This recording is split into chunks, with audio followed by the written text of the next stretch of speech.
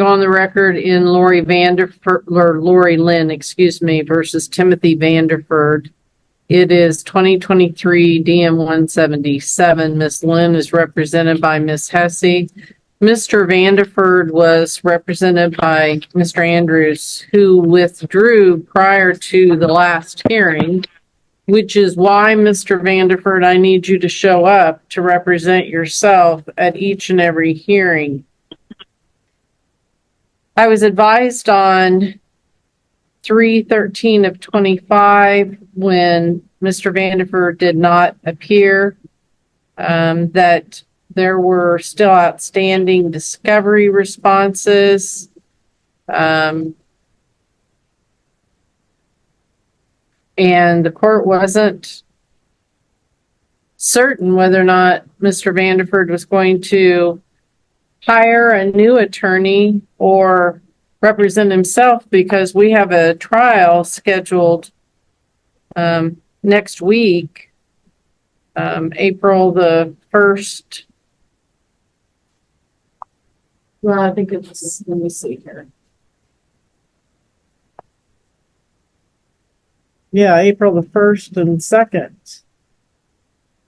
So, all right, guys, this courtroom is about to explode. We've got an ex-wife demanding her husband's entire retirement fund as spousal support. Yeah, you heard that right. The judge opens the record for Lori Lynn versus Timothy Vanderford, and from the first second, the tension is thick. The air is cold, the voice is sharp, and everyone knows one wrong word could flip this case upside down. No attorneys left for Timothy. He's representing himself, standing alone before the court. This is about to get intense. Ms. Hesse to do,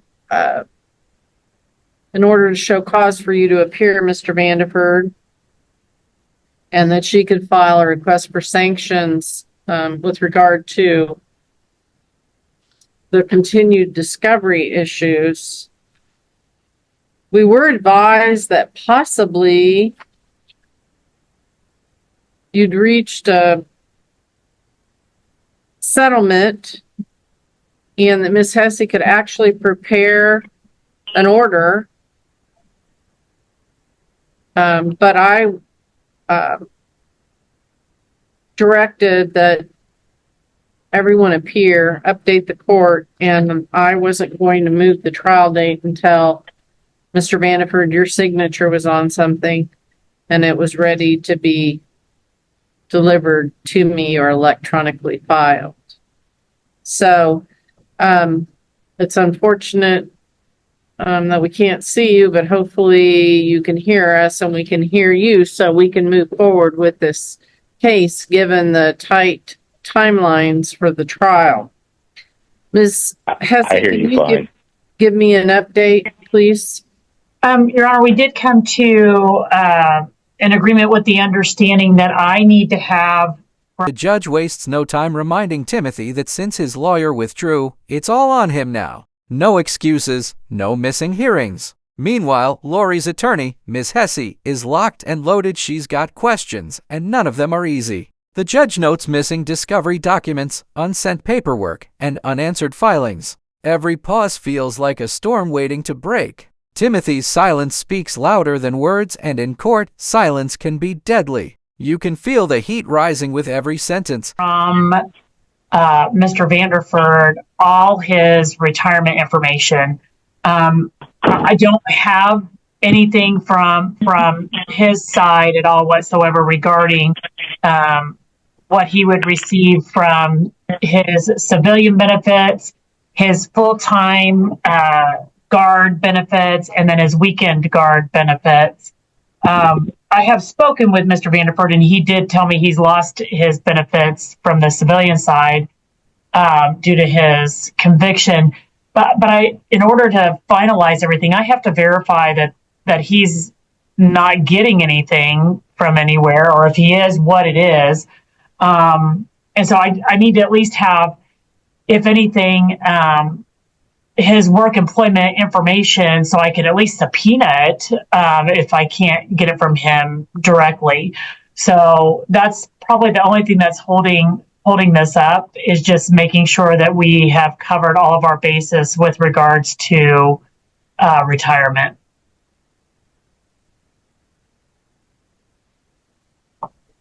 Yeah, they were married in 1993, right?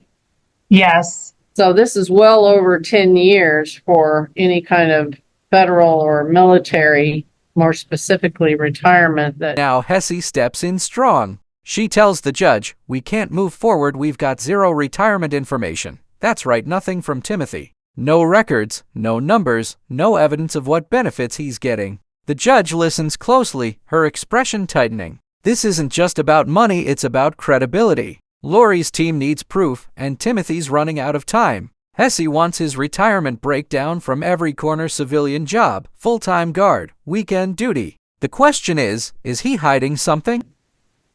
she should have a potential claim to. So I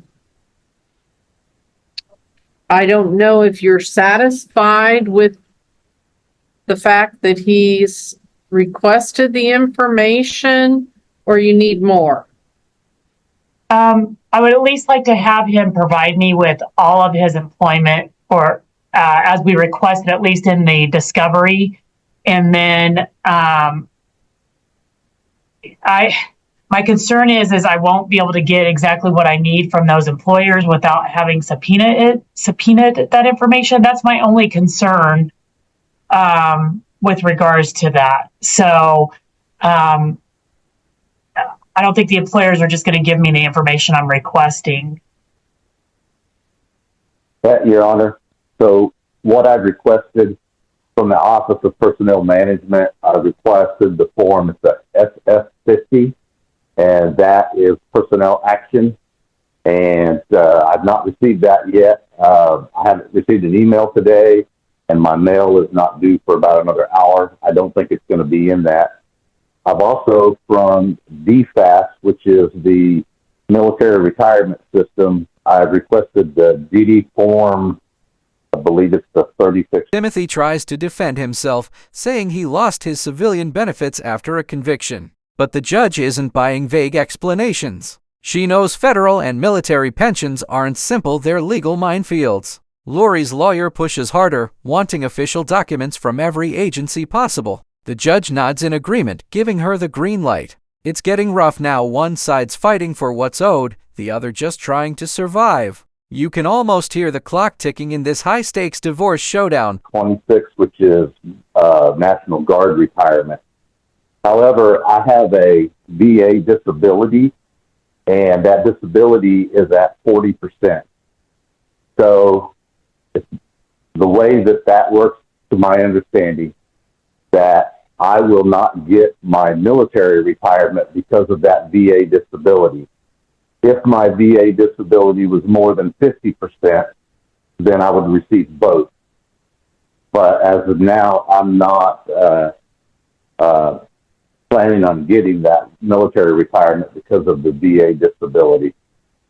Okay. Well, Ms. Hesse would be doing a disservice to her client if she did not get official responses from the government in writing.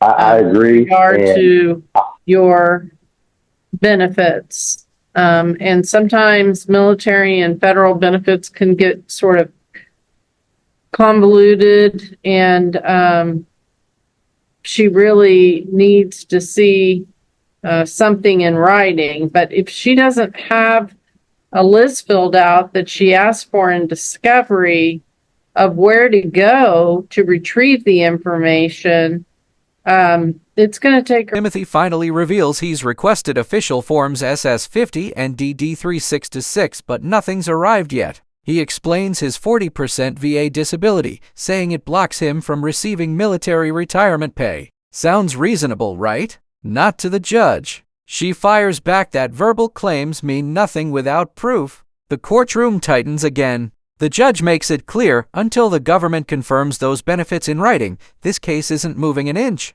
Timothy's cornered, the pressure is crushing, and the truth's closing in fast. Well, it's going to take her noticing you up for deposition and a lot more activity by the court to get that done. So I need to Okay, know, I can- Jesse, exactly what you need today so that I can order it. I would like him to provide us with, per our interrogatories that we sent to him, anything regarding his employment, his bank accounts, and his retirement. Okay, that way she can confirm with your bank accounts what you are actually receiving, what you did receive, and what you haven't. Bank account information or actual statements? Both would be great. For what time period? We can go back for the past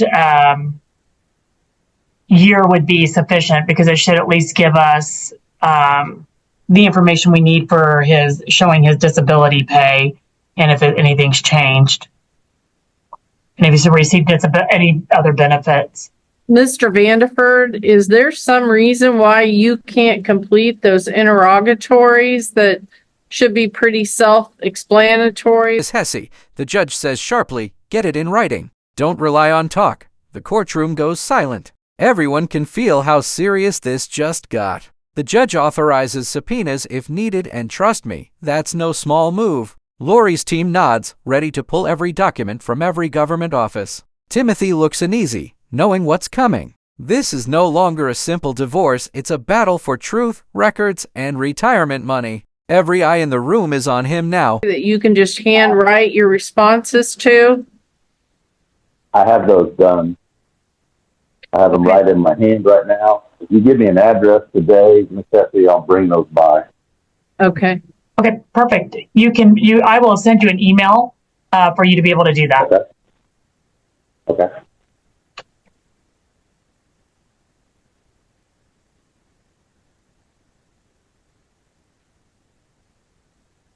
Well, I just don't think that those forms that I requested that will show those benefits will be available by the 1st of April.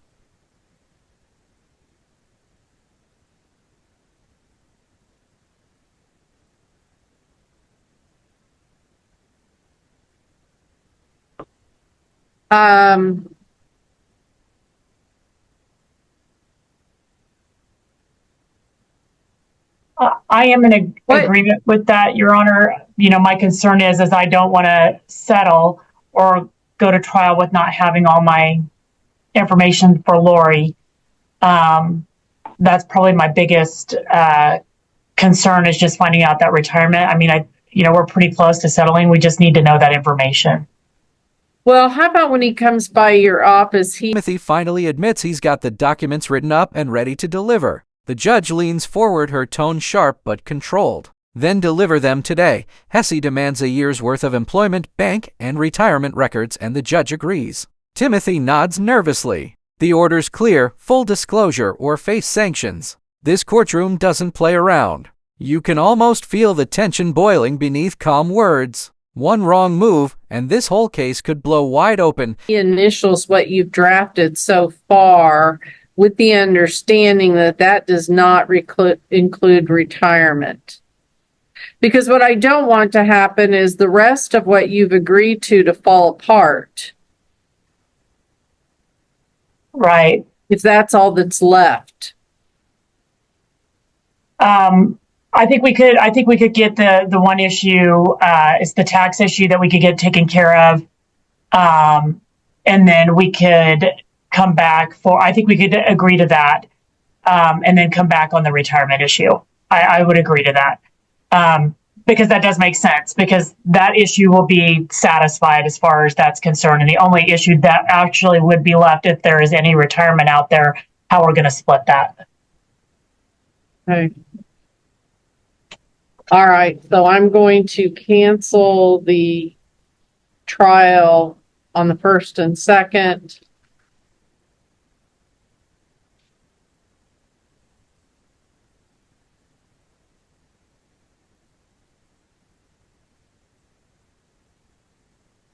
And then, April 24th, I'm going to set this for a status.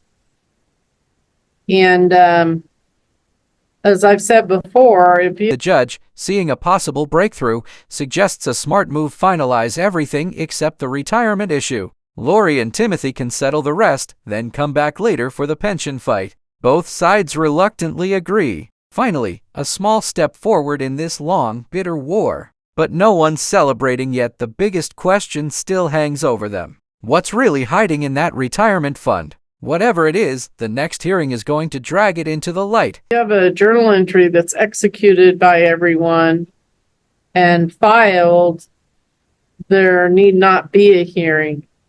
But otherwise, I think, Mr. Vanderford, I'm going to need you to appear at the courthouse so that we make sure that you can participate.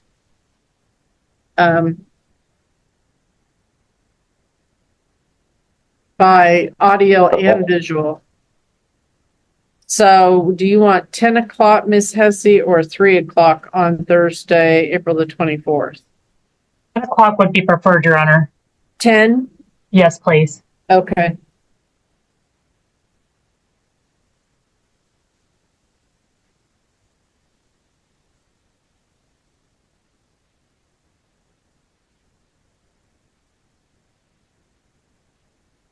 All right, we will see you then, April the 24th at 10 o'clock, so I can obtain a status on the retirement information and whether or not you need to reschedule it for trial or not. Thank you, Your Honor. And then if I may make one more request, if I could ask Mr. Vanderford if he would waive notice for issuance of subpoenas, that would be greatly appreciated. Trial date is canceled for now. The judge reschedules a new status hearing for April 24th at a.m. Her tone is firm. Bring the paperwork, or be ready for trial. Timothy's eyes say it all. He knows what's at stake. This isn't over, not even close. If he fails to produce those documents, he could lose everything. The courtroom slowly empties, but the tension lingers like smoke after a fire. Everyone knows April 24th will decide it all. So we can move it along. Notice of issuance of, I'm sorry, that cut out. Of subpoenas, I have to give you notice, and you have 14 days in which to object. And so if we can waive that, it'll go a lot faster. Yeah, I'm fine with that. My concern is with the state of the government right now, with people not knowing if they have jobs or not. This may take some time, even with a subpoena. That's my biggest concern with all of this. Yeah, Sure. we'll just have to see, because I can't tell what's been exaggerated and what hasn't, and I but agree. anything that you need signed by me, just file electronically. So, I mean, if you think that it needs a judge's signature, rather than just the clerk, That's probably accurate. get it to me, and I'll note that he waived any kind of notification, and that this is limited, of course, to retirement information, and he should be able to just provide you with his account information. Perfect. Thank you, Your Honor. All right. If there's nothing further today, we are adjourned on The final moments hit. Hesse makes one last request. Timothy should waive notice for subpoenas to speed things up. Surprisingly, he agrees. The judge nods, impressed but cautious. We are adjourned, she declares firmly. The gavel drops, echoing through the room like a closing chapter. Lori's lawyer gathers her papers. Timothy exhales in silence. But this isn't the end, guys. This is just part one of a legal war over love, lies, and a lifetime of retirement money. Stay tuned, this story's only heating up.